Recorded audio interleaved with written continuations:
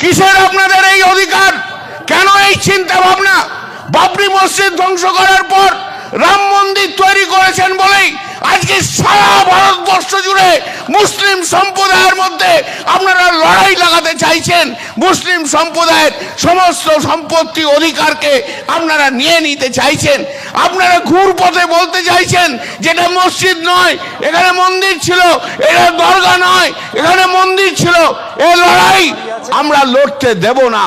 আমরা এই লড়াই লড়তে দেব না। ভারতবর্ষের বুকে, ভারতবর্ষের বুকে হিন্দু মুসলিমের লড়াই নরেন্দ্র মোদী আপনি যতই চেষ্টা করুন লাগানোর, লাগাতে আমরা দেব না, আগাতে আমরা দেব না। দরকার হলে আরো রক্ত বইবে আমাদের শরীর থেকে, কিন্তু হিন্দু মুসলমানের ঐক্য এই ভারতবর্ষের বুকে থাকবে। সেই ঐক্যকে নষ্ট করতে দেব না। আমি আমার ছোটবেলায়, আমার মনে আছে, আমার ছোটবেলা থেকে যখন একটু বড় হয়েছি, আমি তো বিভিন্ন জায়গায় ট্রান্সফারেবল ছিল আমার বাবার চাকরি। সে হরিপাল বলুন, পান্ডুয়া বলুন, আমি গেছি, পড়াশুনো করেছি। তো দরগা দেখা যায়, দরগা ছোট ছোট ছোট ছোট ছোট ছোট ছোট ছোট দরগা। আজ থেকে 30 বছর আগেও অনেক মসজিদ ছিল না, কিন্তু দরগা ছিল। সেই দরগাতে সন্ধ্যেবেলায় যখন মা ঠাকুর ঘরে প্রদীপ জ্বালাতো, আর আমার ঠাকুমা বলতো যা একটা মোমবাতি দরগায় যে পীর বাবার জন্য দিয়ে আয়, ওনার কাছেও প্রার্থনা চাইতে হয়, সেই দরগার সম্পত্তি। এই তো সিকিউরিয়ার ছোট থেকে যে বড় হয়েছে এইভাবে। আজকে সেই চিন্তা ভাবনা থেকে সরে যাব কি করে? মা জ্বালাচ্ছে প্রদীপ ঠাকুর ঘরে, আর ঠাকুমার নির্দেশে 5-6 বছরের বয়সের ছেলে আমি দরগাতে যে প্রদীপ জ্বালিয়ে আসতাম, মোমবাতি জ্বালিয়ে আসতাম। আমরা এতটাই বিশ্বাস যে দরগাতে যে পীর বাবার, ওখানে পীর বাবাকে দেখি আর না দেখি, দরগাতে যে মাথা ঠেকালেই সমস্ত কিছু আমাদের ভালো হয়ে যাবে, এই বিশ্বাস নিয়েই তো আমরা বড় হয়েছি।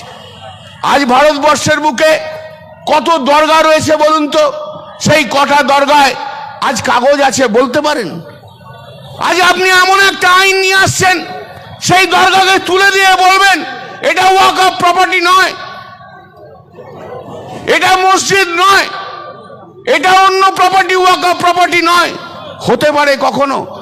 100 বছর 100 বছর ধরে যে সমস্ত প্রপার্টি ওয়াকফ প্রপার্টি হিসেবে আজকে গণিত হয়ে এসছে, আমরা জানি যেখানে এখানে মসজিদ আছে, এখানে দরগা আছে, এখানে মুসলিম ইনস্টিটিউট আছে, এখানে মুসলিম হসপিটাল রয়েছে। আজ তাদের কাগজ থাকুক আর না থাকুক, আপনি বাই স্ট্রোক অফ পেন আজকের এই বিল অনুযায়ী তার অধিকারকে কেড়ে নেবেন, এটা কি কখনো হয় নাকি? এটা কখনো বাস্তব হয়? মেনে নিতে পারি আমি। বছরের পর বছর ধরে রয়েছে, তাই তো কখনো কখনো হস্তক্ষেপ করেননি। আজকে কেন হলো? কেন এমন হলো? কিসের আপনাদের এই অধিকার? কেন এই চিন্তা ভাবনা?